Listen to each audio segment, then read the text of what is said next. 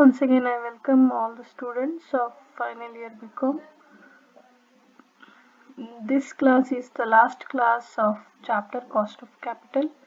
So, ಇದು 7ನೇ class ಏನಿದೆ cost of capital chapter last class ಆಗಿರುತ್ತೆ. ನೆಕ್ಸ್ಟ್ ನಾವು 3ನೇ ಚಾಪ್ಟರ್ಗೆ ಹೋಗಬೇಕಾಗುತ್ತೆ. ಸೊ ಈ ಕ್ಲಾಸಿನಲ್ಲಿ ಕಾಸ್ಟ್ ಆಫ್ ಕ್ಯಾಪಿಟಲ್ಗೆ ಸಂಬಂಧಪಟ್ಟ ಹಾಗೆ ಡಿವಿಡೆಂಡ್ ಗ್ರೋತ್ ಮೆಥಡನ್ನು ಸ್ಟಡಿ ಮಾಡ್ತಾ ಬಂದಿದ್ದೇವೆ. ಅದರಲ್ಲಿ ಇನ್ನೂ 2 ಪ್ರಾಬ್ಲಮನ್ನು ಕನ್ಸಿಡರ್ ಮಾಡುವ. ಸೊ ಈ ಪರ್ಟಿಕ್ಯುಲರ್ ಪ್ರಾಬ್ಲಮ್ ಏನಿದೆ 12 ಮಾರ್ಕ್ಸ್ಗೆ ಕೇಳಿದ್ದಾರೆ.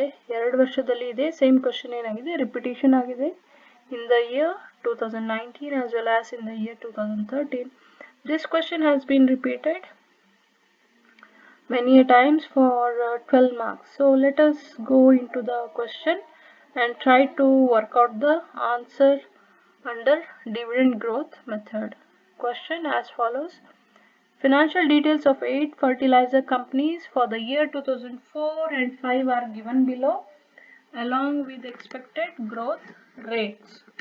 Calculate their cost of equity shares. So here they have not mentioned which method has to be followed, but by looking into the last column we can conclude that there is a word called growth. So we can conclude from this particular word that we have to follow dividend growth method in order to calculate cost of equity shares of various fertilizers company. So question ಅಲ್ಲಿ ನಮಗೆ 8 fertiliser ಕಂಪನಿಯ details ಕೊಟ್ಟಿದ್ದಾರೆ. Chambal fertilisers, Coromandel fertilisers, CID fertilisers, Gujarat fertilisers, Gujarat state fertilisers, national fertilisers and Zuari industries. So ಈ 8 ಕಂಪನಿಗೆ ಸಂಬಂಧಪಟ್ಟ ಹಾಗೆ face values ಕೊಟ್ಟಿದ್ದಾರೆ in terms of rupees. Dividend in terms of percentage they have mentioned, and market price in terms of rupees they have mentioned for various 8 fertilizer industries. Along with that, in the last column they have given estimated growth in terms of percentage of various 8 fertilizer companies. So by following dividend growth method we are required to calculate cost of equity shares. Solution part hoga. So we need how many columns? Serial column 1, company name 2, face value 3, dividend percentage 4, and 5th dividend amount, and 6th market price in amount, 7 column growth rate, and 8 column cost of equity share KE. So 8 column ಅನ್ನು ನಾವು ಹಾಕಬೇಕಾಗುತ್ತೆ. Solution ಅಲ್ಲಿ dividend growth ಮೆಥಡಿನಲ್ಲಿ 8 column ಅನ್ನು ಹಾಕೊಂಡು details ಅನ್ನ ಬರೀಬೇಕು. ಮೊದಲು ಕಂಪನಿಯ ನೇಮ್ ಅನ್ನ ಬರ್ಕೋಬೇಕು. ಫಸ್ಟ್ ಕಂಪನಿ ಚಂಬಲ್ ಫರ್ಟಿಲೈಸರ್ಸ್ ಅಂತ ಕೊಟ್ಟಿದ್ದಾರೆ. ಕಂಪನಿಯ ಫೇಸ್ ವ್ಯಾಲ್ಯೂ ನಮಗೆ ಕ್ವಶನ್ ಅಲ್ಲಿ 10 ರೂಪೀಸ್ ಕೊಟ್ಟಿದ್ದಾರೆ. ಡಿವಿಡೆಂಟ್ 18% ಕೊಟ್ಟಿದ್ದಾರೆ. ಮತ್ತೆ ಮಾರ್ಕೆಟ್ ಪ್ರೈಸ್ ಅಂದ್ರೆ ಶೇರ್ ಪ್ರೈಸ್ ₹34 ಅಂತ ಹೇಳಿ ಕೊಟ್ಟಿದ್ದಾರೆ. ಸೊ ಇವಾಗ ನಾವು ಇಲ್ಲಿ ಡಿವಿಡೆಂಟ್ ಅಮೌಂಟ್ ಅಲ್ಲಿ ಕ್ಯಾಲ್ಕುಲೇಟ್ ಮಾಡಬೇಕು. ಹೇಗೆ ಅಂತ ಹೇಳಿದ್ರೆ ಡಿವಿಡೆಂಟ್ ಪರ್ಸೆಂಟೇಜ್ ಅನ್ನೇ ಅದರ ಫೇಸ್ ವ್ಯಾಲ್ಯೂ ಮೇಲೆ ಅಪ್ಲೈ ಮಾಡಬೇಕಾಗುತ್ತೆ. ಸೊ 10 ರೂಪೀಸಿನ 18% ಕ್ಯಾಲ್ಕುಲೇಟ್ ಮಾಡಿದಾಗ ನಮಗೆ ಡಿವಿಡೆಂಡ್ ಪ್ರತಿಯೊಂದು ಶೇರ್ ಮೇಲೆ ಸಿಗುವಂಥದ್ದು ₹1.80. ಮಾರ್ಕೆಟ್ ಪ್ರೈಸ್ ಕ್ವಶನ್ ಅಲ್ಲಿ 34 ರೂಪೀಸ್ ಕೊಟ್ಟಿದ್ದಾರೆ. ಮತ್ತೆ ಕ್ವಶನ್ ಅಲ್ಲಿ ನಮಗೆ ಗ್ರೋತ್ ರೇಟ್ 4% ಅಂತ ಹೇಳಿ ಕೊಟ್ಟಿದ್ದಾರೆ. So 4% here growth rate in terms of percentage 4 ಬರ್ಕೊಂಡಾಯ್ತು. ನೆಕ್ಸ್ಟ್ ಲಾಸ್ಟ್ ಕಾಲಮ್ ಅಲ್ಲಿ ಫಾರ್ಮುಲಾ ಹಾಕಬೇಕು. Cost of equity dividend growth method in a prakara formula capital D divided by capital P multiplied by 100 plus G percentage. G ಅನ್ನ percentage ಅಲ್ಲಿ ಬರೀಬೇಕಾಗುತ್ತೆ. So ಇಲ್ಲಿ ನಾವು capital D ಅಂತ ಹೇಳಿದ್ರೆ ಡಿವಿಡೆಂಡ್ ರುಪೀಸ್ ನಲ್ಲಿ. So 1.80 paise dividend divided by market price 34 ಕೊಟ್ಟಿದ್ದಾರೆ. So 34 ಅನ್ನ ಡಿವೈಡ್ ಮಾಡ್ತೇವೆ ಮಲ್ಟಿಪ್ಲೈಡ್ ಬೈ 100 ಪ್ಲಸ್ ಗ್ರೋತ್ ಪರ್ಸೆಂಟೇಜಿನಲ್ಲಿ 4% ಬರ್ಕೊಂಡ್ವಿ. ಸೊ ಇದಿಷ್ಟು ಬ್ರಾಕೆಟ್ ಅಲ್ಲಿ ಇರುವಂತ ನಂಬರ್ಸ್ ಅನ್ನ ನಾವು ಸಿಂಪ್ಲಿಫೈ ಮಾಡಿದಾಗ ನಮಗೆ 5.29% ಬರುತ್ತೆ. ಸೊ 5.29%ಗೆ 4% ಗ್ರೋತ್ ರೇಟ್ ಅನ್ನ ಆಡ್ ಮಾಡಿದಾಗ cost of equity share dividend growth ಮೆಥಡಿನ ಪ್ರಕಾರ ಫಸ್ಟ್ ಫರ್ಟಿಲೈಸರ್ ಕಂಪನಿಗೆ 9.29% ಬರುತ್ತೆ. ಎರಡನೇ ಕಂಪ್ನಿಗೆ ಹೋಗುವ. ಎರಡನೇ ಕಂಪ್ನಿ ಕೋರಮಂಡಲ್ ಫರ್ಟಿಲೈಸರ್ಸ್ ಕೊಟ್ಟಿದ್ದಾರೆ. Face value 2 rupees, dividend 85%, market price 77 ಮತ್ತು ಗ್ರೋತ್ ರೇಟ್ 6 ಅಂತ ಹೇಳಿ ಕೊಟ್ಟಿದ್ದಾರೆ. ಸೊ ಇಲ್ಲಿ ಡಿವಿಡೆಂಟ್ ಪರ್ಸೆಂಟೇಜನ್ನು ಅಮೌಂಟಿಗೆ ಕನ್ವರ್ಟ್ ಮಾಡಬೇಕು. ಸೊ 2 rupeesನ 85% ಕ್ಯಾಲ್ಕುಲೇಟ್ ಮಾಡಿದಾಗ ನಮಗೆ 1 rupee 70 paise ಸಿಗುತ್ತೆ. ಈಗ ಫಾರ್ಮುಲಾ ಪೋರ್ಷನ್ಗೆ ಬರಬೇಕು. ಫಾರ್ಮುಲಲ್ಲಿ ಕ್ಯಾಪಿಟಲ್ ಡಿ ಅಂದರೆ ಡಿವಿಡೆಂಟ್ ರುಪೀಸಿನಲ್ಲಿ, ಪರ್ಸೆಂಟೇಜ್ ತಗೋಬಾರ್ದು, ಡಿವಿಡೆಂಟ್ ರುಪೀಸಿನಲ್ಲಿ 1 rupee 70 paise divided by market price 77 rupees ಕೊಟ್ಟಿದ್ದಾರೆ. 77 multiplied by 100 plus growth rate ಎಷ್ಟಾಗಿದೆ 6%. ಸೊ ಇಲ್ಲಿ 6% ಅಂತ ಬರುತ್ತೆ. ಸೊ ಇದನ್ನು ಸಿಂಪ್ಲಿಫೈ ಮಾಡಿದಾಗ ಬ್ರ್ಯಾಕೆಟಲ್ಲಿ ಇರುವಂಥ ನಂಬರ್ಸನ್ನು ಕ್ಯಾಲ್ಕುಲೇಷನನ್ನು ಸಿಂಪ್ಲಿಫೈ ಮಾಡಿದಾಗ we will get as 2.21%. Simplify ಮಾಡಿದಾಗ ರೌಂಡ್ ಅಪ್ ಮಾಡಿದಾಗ 2.21% ಬರುತ್ತೆ. ಈ 2.21%ಗೆ 6% ಆ್ಯಡ್ ಮಾಡಿದಾಗ 8.21% is the cost of equity share under dividend growth method of Coromandel fertilisers. ಮೂರನೇ ಕಂಪ್ನಿಗೆ ಹೋದಾಗ ಪ್ಯಾರಿ 2 rupees ಕೊಟ್ಟಿದ್ದಾರೆ. ಡಿವಿಡೆಂಡ್ ಪರ್ಸೆಂಟೇಜ್ 225%, ಮಾರ್ಕೆಟ್ ಪ್ರೈಸ್ 281 ಮತ್ತು ಗ್ರೋತ್ ರೇಟ್ 8% ಕೊಟ್ಟಿದ್ದಾರೆ. ಸೊ ಇಲ್ಲಿ ಡಿವಿಡೆಂಟನ್ನು ಅಮೌಂಟಿಗೆ ಕನ್ವರ್ಟ್ ಮಾಡಬೇಕು. ಡಿವಿಡೆಂಟ್ 2 rupees ಮೇಲೆ 225% ಎಷ್ಟು ಫೇಸ್ ವ್ಯಾಲ್ಯೂ ಮೇಲೆ 225% ಕ್ಯಾಲ್ಕುಲೇಟ್ ಮಾಡಿದಾಗ ನಮಗೆ 4 rupees 50 paise ಬರುತ್ತೆ. ಡಿವಿಡೆಂಟ್ ಅಮೌಂಟಿನಲ್ಲಿ 4 rupees 50 paise ಬರುತ್ತೆ. ಸೊ ಇಲ್ಲಿ ಮಾರ್ಕೆಟ್ ಪ್ರೈಸ್ ಬರ್ಕೊಂಡಿದ್ದೇವೆ, ಅದೇ ರೀತಿಯಾಗಿ ಗ್ರೋತ್ ರೇಟು ಸಹ ಇದೆ. ಸೊ ಫಾರ್ಮುಲಾದಲ್ಲಿ ಅಪ್ಲೈ ಮಾಡಬೇಕು. ಡಿ ಅಂತ ಹೇಳಿದರೆ ಇಲ್ಲಿ ಡಿವಿಡೆಂಟ್ ಪರ್ ಶೇರ್ ರುಪೀಸಲ್ಲಿ. So 4 rupees 50 paise divided by capital P ಅಂದರೆ market price 281. So 281 multiplied by 100. So simplify ಮಾಡಿದಾಗ ನಮಗೆ 1.96 ಬರುತ್ತೆ. 1.96 ಪ್ಲಸ್ ಗ್ರೋತ್ ರೇಟ್ 8% ಅಂತ ಕೊಟ್ಟಿದ್ದಾರೆ.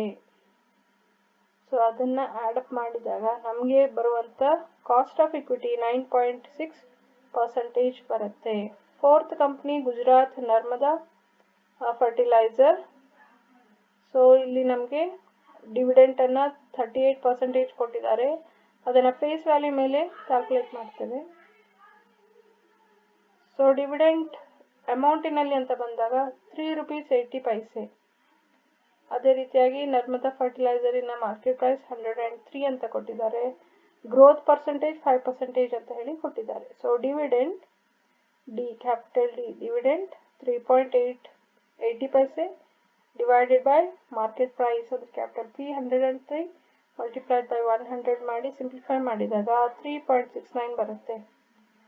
3.69% ಪ್ಲಸ್ ಗ್ರೋತ್ ರೇಟ್ 5 ಇದೆ ಅಲ್ವಾ, so 5%.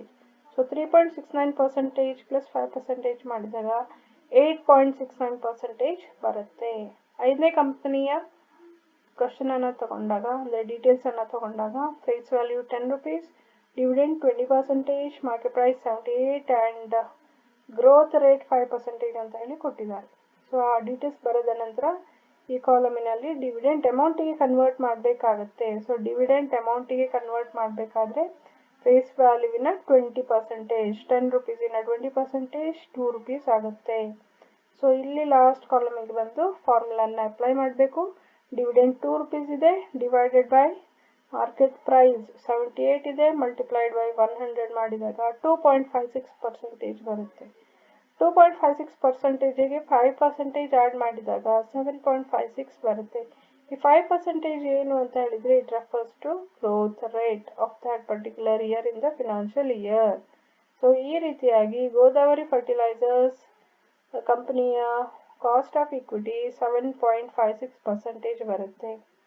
Sixth industries Gujarat state fertiliser with face value ₹100, dividend dividend in terms of percentage 15% and dividend per share 1.50. ಈ 1.50 ಹೇಗೆ ಅಂತ ಹೇಳಿದರೆ ಫೇಸ್ ವ್ಯಾಲ್ಯೂ ಮೇಲೆ ಡಿವಿಡೆಂಡ್ ಪರ್ಸೆಂಟೇಜ್ ಅಪ್ಲೈ ಮಾಡಬೇಕು. 10 rupees ಮೇಲೆ 15% ಅಪ್ಲೈ ಮಾಡಿದಾಗ ನಮಗೆ 1.50 rupees ಬರುತ್ತೆ. ಮಾರ್ಕೆಟ್ ಪ್ರೈಸ್ ಕೊಟ್ಟಿದ್ದಾರೆ ಮತ್ತು ಗ್ರೋತ್ ರೇಟ್ ಪರ್ಟಿಕ್ಯುಲರ್ ಕಂಪನಿದು 6% ಇದೆ. ಇಲ್ಲಿ ನೋಡಿ 6% ಗ್ರೋತ್ ರೇಟ್ ಕೊಟ್ಟಿದ್ದಾರಲ್ವಾ, ಸೊ ಅದನ್ನೇ ನಾವಿಲ್ಲಿ ಕನ್ಸಿಡರ್ ಮಾಡಿದ್ದೇವೆ. ಫಾರ್ಮುಲಲ್ಲಿ ಕ್ಯಾಪಿಟಲ್ ಡಿ ಅಂದರೆ 1.50 ಡಿವೈಡೆಡ್ ಬೈ ಮಾರ್ಕೆಟ್ ಪ್ರೈಸ್ 190 ಕೊಟ್ಟಿದ್ದಾರೆ, ಮಲ್ಟಿಪ್ಲೈಡ್ ಬೈ 100 ಮಾಡಿದಾಗ ನಮಗೆ 0.79% ಬರುತ್ತೆ. 0.79%ಗೆ ಗ್ರೋತ್ ಪರ್ಸೆಂಟೇಜ್ 6 ಆ್ಯಡ್ ಮಾಡಿದಾಗ ಟೋಟಲ್ ಎಷ್ಟು ಪರ್ಸೆಂಟೇಜ್ ಬರುತ್ತೆ? 6.79%. In the same manner, we have to go for calculation of cost of equity under dividend growth method of National Fertilizers. So dividend percentage 10 ಕೊಟ್ಟಿದ್ದಾರೆ, it has to be calculated on face value ₹10. So 10 in a 10% 1 rupee ಆಗುತ್ತೆ. Market price 34 ಕೊಟ್ಟಿದ್ದಾರೆ ಮತ್ತು growth rate 4% ಕೊಟ್ಟಿದ್ದಾರೆ. So ಫಾರ್ಮುಲಾವನ್ನು ಹಾಕಿಬಿಟ್ಟು capital D ಅಂದರೆ ₹1 divided by market share price. So market price is 34 multiplied by 100 ಮಾಡಿದಾಗ 2.94 ಬರುತ್ತೆ, plus 4% is the expected growth rate. So 2.94%ಗೆ 4% add ಮಾಡಿದಾಗ 6.94% ಬರುತ್ತೆ. ನೆಕ್ಸ್ಟ್ ಲಾಸ್ಟ್ ಕಂಪನಿ ಯಾವುದು ಅಂದರೆ Zuari industries. So Zuari industries face value 10 ಕೊಟ್ಟಿದ್ದಾರೆ, ಡಿವಿಡೆಂಟ್ 18% ಆ್ಯಂಡ್ ಮಾರ್ಕೆಟ್ ಪ್ರೈಸ್ 234 ಕೊಟ್ಟಿದ್ದಾರೆ ಮತ್ತು ಎಸ್ಟಿಮೇಟೆಡ್ ಗ್ರೋತ್ 7%. ಸೊ ಅದನ್ನೇ ನಾವಿಲ್ಲಿ ಕನ್ಸಿಡರ್ ಮಾಡ್ತೇವೆ. ಬಟ್ ಡಿವಿಡೆಂಟನ್ನು ಅಮೌಂಟಲ್ಲಿ ಕ್ಯಾಲ್ಕುಲೇಟ್ ಮಾಡ್ತೇವೆ. ಹೇಗೆ ಕ್ಯಾಲ್ಕುಲೇಟ್ ಮಾಡೋದು ಅಂತ ಹೇಳಿದರೆ, ಈ ಫೇಸ್ ವ್ಯಾಲ್ಯೂ 10 rupees ಇದೆ ಅಲ್ವಾ, ಅದ್ರ ಮೇಲೆ 18% ಕ್ಯಾಲ್ಕುಲೇಟ್ ಮಾಡಿದಾಗ 1.80 ಡಿವಿಡೆಂಡ್ ಪರ್ ಶೇರ್ ಬರುತ್ತೆ. ಪ್ರತಿಯೊಂದು ಶೇರ್ ಮೇಲೆ ₹1.80 ಬರುತ್ತೆ. ಮಾರ್ಕೆಟ್ ಪ್ರೈಸ್ 234 ಮತ್ತು ಗ್ರೋತ್ ರೇಟ್ ಏನಿದೆ ಕ್ವಶನ್ ನಮಗೆ 7% ಅಂತ ಹೇಳಿ ಕೊಟ್ಟಿದ್ದಾರೆ. ಸೊ ಆವಾಗ ಏನು ಮಾಡಬೇಕು, ಕ್ಯಾಪಿಟಲ್ ಡಿ ಅಂತ ಹೇಳಿದರೆ ಡಿವಿಡೆಂಟ್ ಅಮೌಂಟಿಂದ ತಗೋಬೇಕು, 1.80 divided by market price 234 multiplied by 100. ಈ ಬ್ರ್ಯಾಕೆಟಲ್ಲಿ ಇದನ್ನು ಸಿಂಪ್ಲಿಫೈ ಮಾಡಿದಾಗ ನಮಗೆ 0.77 ಬರುತ್ತೆ. ಸೊ 0.77ಗೆ ಗ್ರೋತ್ 7%, ಗ್ರೋತ್ ಇಲ್ಲಿ 7 ಕೊಟ್ಟಿದ್ದಾರೆ, ಆ್ಯಡ್ ಮಾಡಿದಾಗ 7.79% ಗ್ರೋತ್ ಬರುತ್ತೆ. So this is about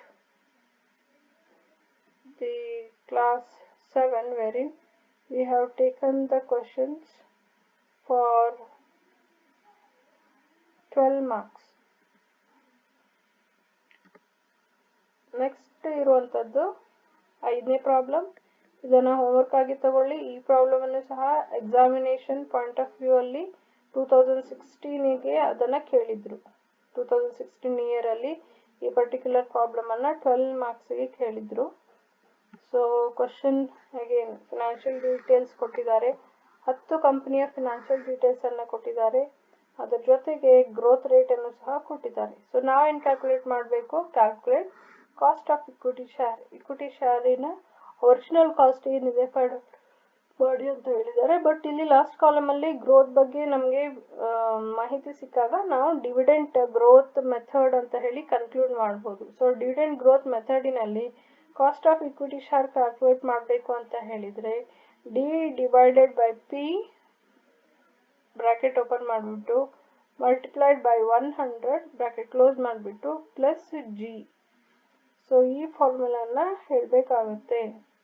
bracket ಅದರಲ್ಲಿ D divided by capital P multiplied by 100 bracket close ಮಾಡಿಬಿಟ್ಟು ಜಿ ಪರ್ಸೆಂಟೇಜನ್ನು ತಗೋಬೇಕು, ಅಂದರೆ ಅದಕ್ಕೆ ಆ್ಯಡ್ ಮಾಡಬೇಕು. ಇಲ್ಲಿ ಹಾಗೆ 8 ಕಾಲಮನ್ನು ಹಾಕೋಬೇಕಾಗುತ್ತೆ. ಹಿಂದಿನ ಕ್ವಶನಲ್ಲಿ ಹೇಗೆ ನಾವು 8 ಕಾಲಮ್ ಹಾಕೊಂಡಿದ್ದೇವೆ, ಈ ಕ್ವಶನಲ್ಲಿ ಸಹ 8 ಕಾಲಮ್ ಹಾಕೋಬೇಕಾಗುತ್ತೆ. ಇಲ್ಲಿ ಡಿವಿಡೆಂಟ್ ಪರ್ಸೆಂಟೇಜಿನಲ್ಲಿ ಎಕ್ಸ್ಪ್ರೆಸ್ ಮಾಡಿದ್ದನ್ನು ರುಪೀಸಿಗೆ ಕನ್ವರ್ಟ್ ಮಾಡಬೇಕು. ಹೇಗೆ ಅಂತ ಹೇಳಿದರೆ ₹100ನ 8% ಅಂತ ಕ್ಯಾಲ್ಕುಲೇಟ್ ಮಾಡಿದಾಗ ನಮಗೆ ಅಲ್ಲಿ ₹8 ಸಿಗುತ್ತೆ. ಸೊ 8 ಡಿವೈಡೆಡ್ ಬೈ 390 ಏನು ಆನ್ಸರ್ ಬರುತ್ತೆ ಅದಕ್ಕೆ +4% ಆ್ಯಡ್ ಮಾಡಬೇಕಾಗುತ್ತೆ. ಸೊ ಹಿಂದಿನ ಪ್ರಾಬ್ಲಮಲ್ಲೇ ಹೇಗೆ ನಾನು ಸೊಲ್ಯೂಷನನ್ನು ವರ್ಕೌಟ್ ಮಾಡಿಸಿದೆ ಅಲ್ವಾ, ಈ ರೀತಿಯಾಗಿಯೇ ನೆಕ್ಸ್ಟ್ ಪ್ರಾಬ್ಲಮ್ ಅಂದರೆ ಈ ಪರ್ಟಿಕ್ಯುಲರ್ ಪ್ರಾಬ್ಲಮ್ ಹೋಮ್ವರ್ಕ್ ಪ್ರಾಬ್ಲಮನ್ನು ಸಹ ವರ್ಕೌಟ್ ಮಾಡಿ. ಮತ್ತೆ ನಾವು ರೆಗ್ಯುಲರ್ ಕ್ಲಾಸ್ ರೀಓಪನ್ ಆದಾಗ ಅದನ್ನು ಕ್ರಾಸ್ ಚೆಕ್ ಮಾಡ್ತೇನೆ. Thank you.